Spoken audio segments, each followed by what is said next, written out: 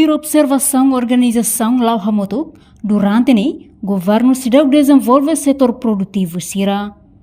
Pesquisador NZO lau hamotuk, Mariano Ferreira ba jornalista Timor Post ia niknar fatin, quarta-feira loron sanulu resinem fulang abril tina rihun rua ronulu resin lima. Governo sempre dehang, setor produtivo ni importante, não precisa de unir desenvolver, mas bem realidade orçamento nebe governo aloca o setor produtivo, se dá o natom, onde desenvolve setor hirak ne hodiak. Minha foi exemplo, hanesang alocação orçamento geral estado Rio Rua Ronulu Reis in Lima, ba setor agricultura, mais ou menos tocam lima nulu deit, hoje total orçamento nebe promulgado, neha tudo, setor agricultura continua laçai prioridade e a política orçamento. Pira minha observação ba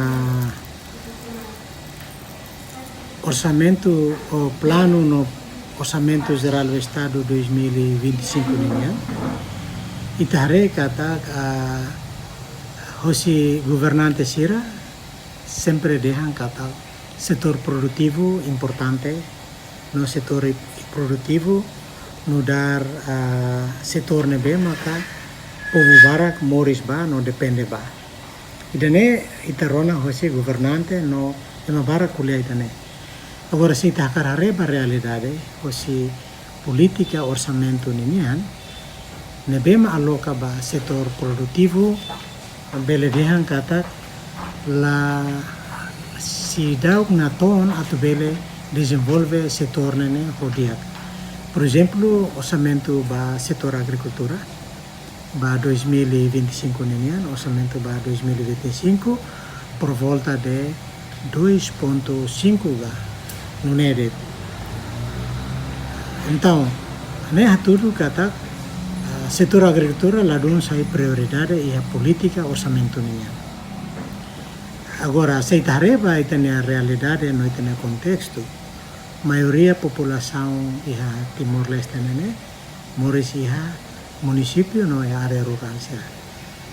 Se dados care por volta de 73, 75 população, nebe moris área rural, sira depende ba produção agrícola, economia informal, no economia kik sira iha município não é área rural neba. Ne significa kata tuir lolos política governo ninian tinggi aposta tuir dados, tuir informação, tuir realidade nepe maka itane povo iha. Reportagem Fifanya de Carvalho, Televisão Timor Post. Janela informação ba emogoto. Atua tem informação atual dia kliu, kita haluha, haneham botão subscribe, like, halo comentário no fahe tutang ba media sosial hotu.